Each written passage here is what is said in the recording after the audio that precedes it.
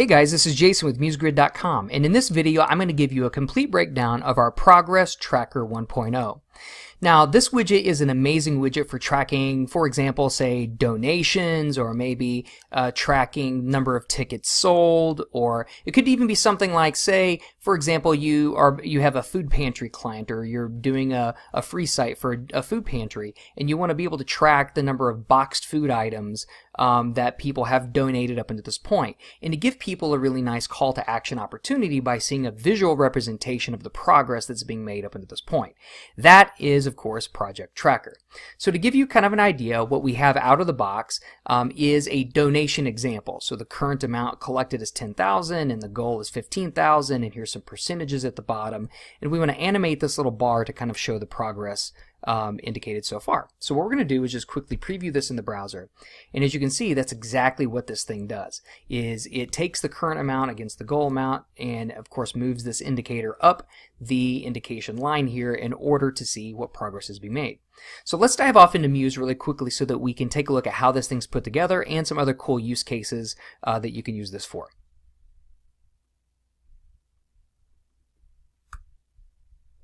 Okay, so here we are on a blank canvas, and we're working off of just a regular Adobe Muse page. So if you go to File, New Page, or what have you, and create a new web page, you're going to get a fluid width page that's set at 960. And so what we're going to do is we're just going to go to our library. When you download this widget, you're going to get a mulib file that you're going to double click on, and it's going to install this folder and this widget directly inside of your library panel.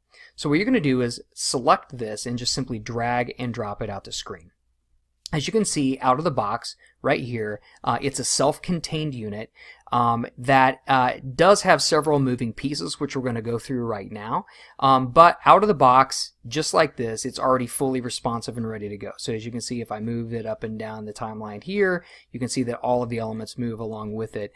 Just if I also do a preview site in browser, you'll also see the same thing here. You know, it's just beautiful and responsive right out of the box and works absolutely amazing, even on fluid breakpoints as well as fixed. Okay, so what we're going to do is just kind of break this thing down. So you'll see that, so the first thing is this entire unit is all inside of a state button. Okay, it's really, really, really important to make sure that it always stays in this way. So if I go to my library, or if I go to my layers panel and I look at the layer, you'll see that there's just a state button here, and then inside that state button is the progress tracker, which is this little JavaScript piece that makes the animation happen, as well as a group which has all of these elements here grouped together so that we can handle the responsiveness all as one cohesive unit.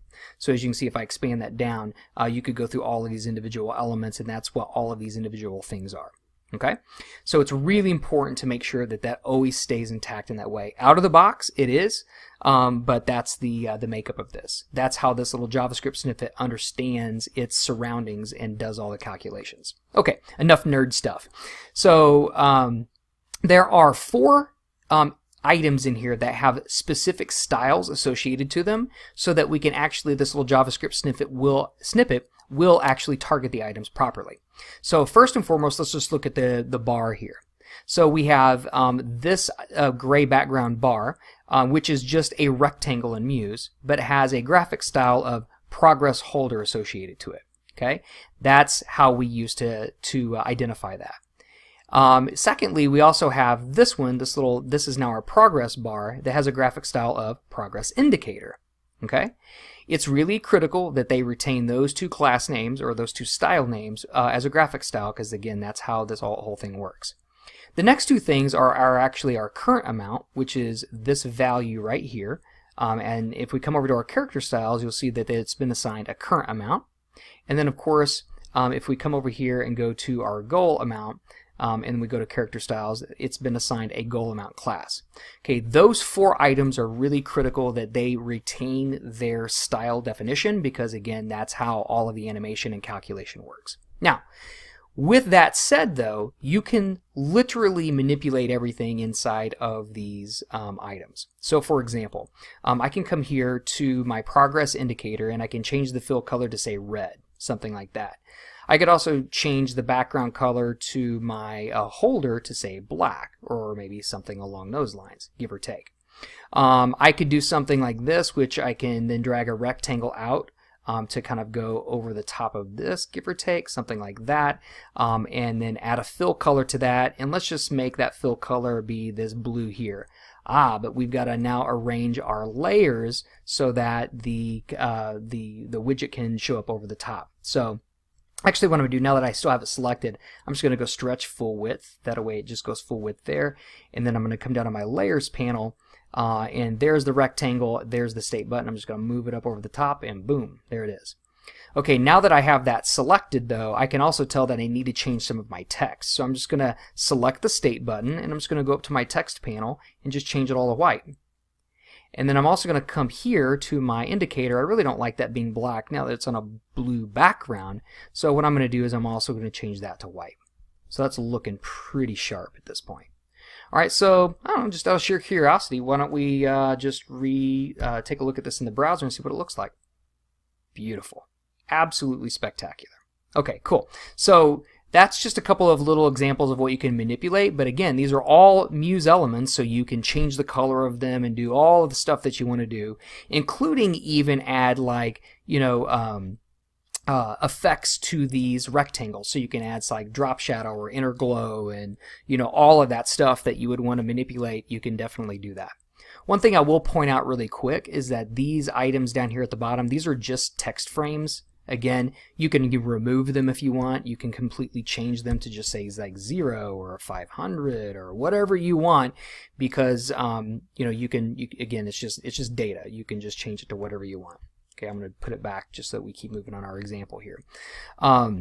Okay, so we're all good here. This is looking pretty good. What I'm going to do though is I'm just going to kind of select everything on the screen. I'm going to copy and paste, and I'm going to make another one right down here below. Okay, and in this example, I'm actually going to get rid of the blue background. So I'm going to click off and click this and get rid of that. I'm going to collect my state button and kind of move that back to black. Okay, that way, you know, that looks good. I'm going to change this, of course, back to my gray, just so it's looking the way I want. But what I want to do is I actually want to take and make this go right edge to left edge. So what I'm going to do is I'm going to take my, as you can see, I have my state button selected. I'm just going to move this all the way to the left edge here. And then now what I'm going to do is I'm going to select inside the state button and get to my group. And I'm going to take and move it all the way to the right edge, just like so. And the state button will automatically snap into place. And of course, I'll take my progress indicator and just move it to the middle just for good measure. You don't have to. You can leave it wherever you want because it has no visual representation, but there you go. So let's just take a quick peek to see what this looks like. Looking pretty good. This is amazing. And as you can see, it's fully responsive across the board. Absolutely beautiful right out of the box. So let's do something else really quick. Let's actually take this one down at the bottom and let's change the context of it. And I'm just going to take and drag this down using my vertical scroll tool. I'm going to drag another text box out here and just move it here to the middle. I'm going to say boxes of food collected. Okay. I'm going to select that. We're going to do just a little bit of formatting on this to kind of make it look good. By the way, look good for me is definitely relative because I am not a designer. You will quickly find that out in these videos. I am the nerd of the group and the visionary, if you will. The designer, I am not that. So I'm going to leave this just like so because anything further I do at this point is going to completely embarrass myself. So boxes of food collected, and we're going to just say current. Let's just go here. Let's change this to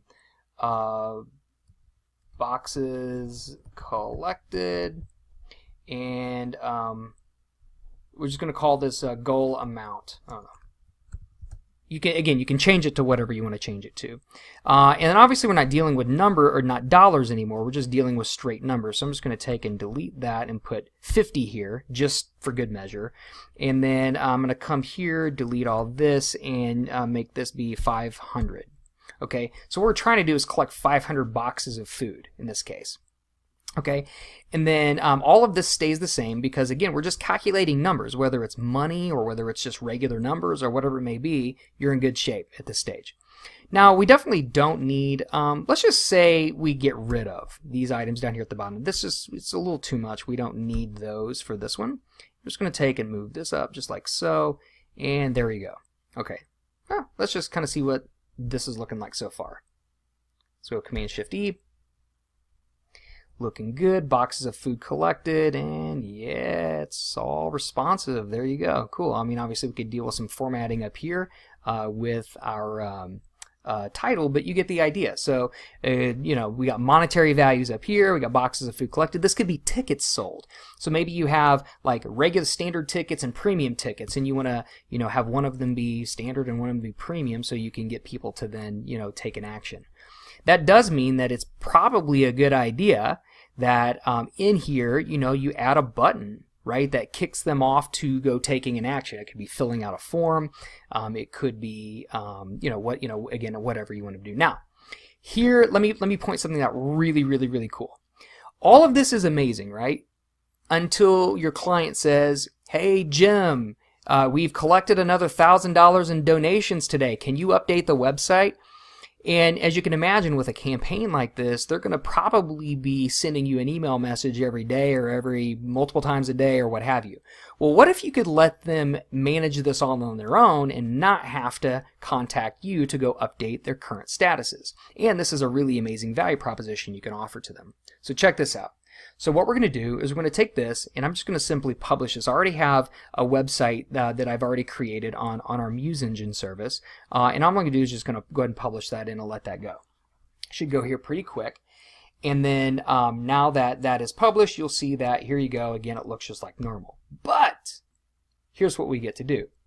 We can go to Share and go to In-Browser Editing. Okay, and in we go. And we'll let In-Browser Editing open up here. And as you can see here momentarily, there we go, okay, is that we now have our progress tracker loaded up inside of In-Browser Editing. So let's just say that they collected another $1,000 worth of donations today and they're now at 11,000. Okay, well there you go. All they have to do is just change that number and it automatically updated just like so. Or maybe they're actually doing really well and they're now at 14,000. Okay? And now they want to come in and actually change the goal. Let's go 20,000. So as you can see, it automatically adjusts based on the values that they put in. And all I have to do is publish this and away they go. Same goes for, you know, boxes collected. Say somebody came in and donated another 100 boxes of food. So there you go. So it's at 150. So there you go. So now you're at 150 of 500. And maybe now we're at 450. So now you're really seeing it, right? Well, now maybe we want to go to 1500, right? There we go. So as you can see, your client can come in here and then just quickly click Publish. And now that they've published, slowly but surely, there we go, we'll come back here, refresh. As you can see, all those values have updated appropriately because your client has made those changes.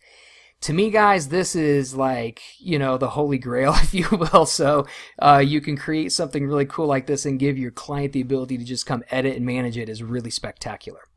Now, let me show you one more thing that is really important, okay?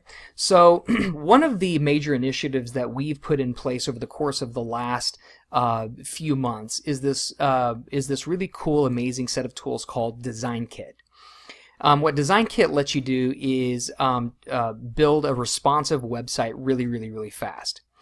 And if you're familiar with our Design Kit and our Design Kit patterns, what I'm about to tell you is that we've actually turned this into a Design Kit pattern as well. So let me give you some context, okay? So what I'm going to do is I'm actually just going to take this one and I'm just going to kill it. I'm going to take this and move it up real quick. And I don't know, I'll get rid of that title as well. So that way we're just dealing with the pieces that we know. Okay, so here we are. This is basically our progress tracker out of the box. Actually, you know what? Let me delete this and just drag a new one out. So let me take this here. Let me add the progress tracker, drop it on the screen, and then this is looking pretty good. And then right now, as you can see, I'm on a fluid breakpoint. So if you use fluid breakpoints, this will work again across all fluid breakpoints. You saw it in action a while ago. But watch what happens when you go create a new fluid breakpoint. So we'll go add the breakpoint, and as you can see, it's not terrible, but you can see that it's actually moved some elements around because this is Muse in action, right? Muse allows you complete flexibility over your design, so all I got to do is just take and move these things back around a little bit and go from there. But if I have multiple breakpoints, this could kind of become tedious. And I'm just talking about our widget, not to mention all the other content you have on your page. Well, you can avoid all of that really easily. So watch this. I'm going to delete this, and I'm actually going to go to my plan view, and I'm going to add a new web page. Okay? And in this web page, again, it's the same setup. It's a 960 breakpoint that's fluid. Well, what I'm going to do is I'm going to go to Design Kit. And by the way, Design Kit does not come a part of this package. It is a separate piece of MuseGrid. You can go to musegrid.com and click on Design Kit in the top navigation, and it'll tell you all about it. But you get this whole treasure trove of design patterns that are already drag and drop ready. But we have our own breakpoint model that that works across almost every single device. So I'm just going to take our breakpoint maker, and I'm going to drag and drop it out to the breakpoint bar, and bang! All of our breakpoints were just instantaneously created for Design Kit. So I'm going to uncheck fluid width on that one, and now all of them are fixed breakpoints. So I'm going to click on my 1200. I'm going to go back to my library and now go to Progress Tracker. But instead of dragging and dropping from the middle here, I'm going to drag and drop from this icon on the right hand side, and I'm going to drag and drop this just kind of like upper left hand corner here. And boom, just like that, you can see that on my 1200 breakpoint, it's looking really amazing. It's on the right edge, right and left edge. Everything's looking really good. Well, what about 1100? Wow, awesome. Okay, cool. I just need to drag it up into place. That's nice. That's easy enough. How about 960? Huh, it looks amazing too. Already out of the box. So just drag it up into place. 768. Man, this is becoming pretty easy. Well, we added a 550, I think it was a while ago. So what does it look like? Ah, it looks perfect. Again, right out of the box. You don't have to do anything more than what you're already doing. Right? So I'm going to drag this up into place. As you can see across all 6 of those breakpoints, it just works magically. So I'm going to just do a quick preview page in browser. And as you can see, here's my 1200. There's my 1100. There's my 960, 768. 550, and I can't quite get down to my 380, but as you can see, it's automatically all ready to go. So here we are. You could go manipulate this all in Fluid Design and do all of that stuff, but we've also made this design kit ready out of the box. So it's just another pattern that you can add to the laundry list of patterns that are already available that let you build Adobe Muse responsive websites really, really fast. So, all right, guys, that's it. So that's the breakdown of our progress tracker. Thanks so much.